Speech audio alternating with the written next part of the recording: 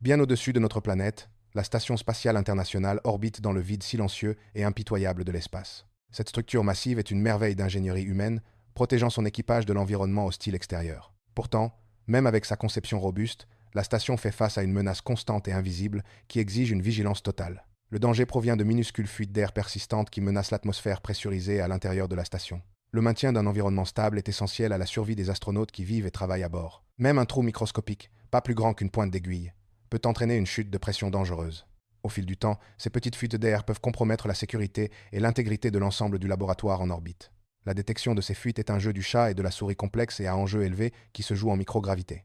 Les ingénieurs basés au sol travaillent en parfaite synchronisation avec les membres d'équipage actuellement à bord de l'ISS. La première mesure défensive est l'isolement, un processus systématique pour restreindre l'emplacement de la brèche. Les astronautes commencent par fermer les lourdes écoutilles qui séparent les différents modules de la station spatiale. En isolant les sections une par une, ils peuvent efficacement circonscrire la zone où la pression chute. Les équipes de surveillance sur Terre observent attentivement les données de télémétrie, suivant les manomètres, pour détecter le moindre changement subtil. Cette approche méthodique permet à l'équipe de déterminer exactement quel module subit la perte d'air. Une fois qu'un module spécifique est identifié comme étant la source, la recherche de la fuite entre dans une phase plus intense. Les astronautes déploient des détecteurs de fuite à ultrasons spécialisés pour scanner les surfaces intérieures des parois de la station. Ces dispositifs sensibles sont conçus pour écouter le son faible et à haute fréquence de l'air s'échappant dans l'espace. Le son est presque imperceptible pour l'oreille humaine, mais l'équipement le traduit en données visibles pour l'équipage.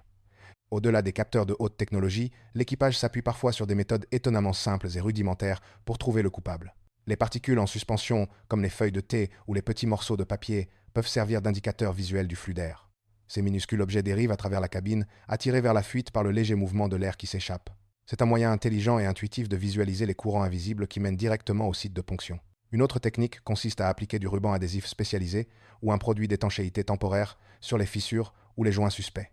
Si les relevés de pression se stabilisent après une application, l'équipe sait qu'elle a réussi à localiser la brèche. Mais qu'est-ce qui cause ces fuites en premier lieu? La réponse réside souvent dans la nature violente de l'espace. Les micrométéoroïdes, minuscules roches filant à travers le vide, peuvent percuter la coque à des vitesses incroyables et destructrices. Même un grain de sable frappant la station peut créer une perforation microscopique lors de l'impact avec le métal. Les débris spatiaux, laissés par des décennies d'activité humaine, constituent également un risque constant pour l'extérieur de la station. Ces petits fragments agissent comme des balles, créant de minuscules trous qui laissent lentement s'échapper un précieux oxygène dans le vide.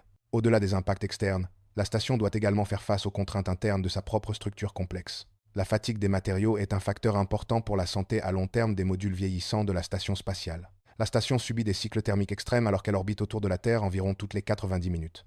Il chauffe constamment sous l'éclat direct du Soleil et se refroidit rapidement dans l'ombre profonde. Cette expansion et cette contraction constante exercent une pression immense sur les joints métalliques et les joints structurels. Au fil de nombreuses années, ce cycle peut conduire au développement de minuscules fractures de fatigue dans la coque. Une fois qu'une fuite est finalement identifiée et confirmée, le processus de réparation critique commence immédiatement. La méthode de réparation dépend entièrement de la taille, de la forme et de l'emplacement de la crevaison détectée. Pour les très petites fuites, un produit d'étanchéité spécialisé à action rapide suffit souvent à boucher le trou de manière sécurisée.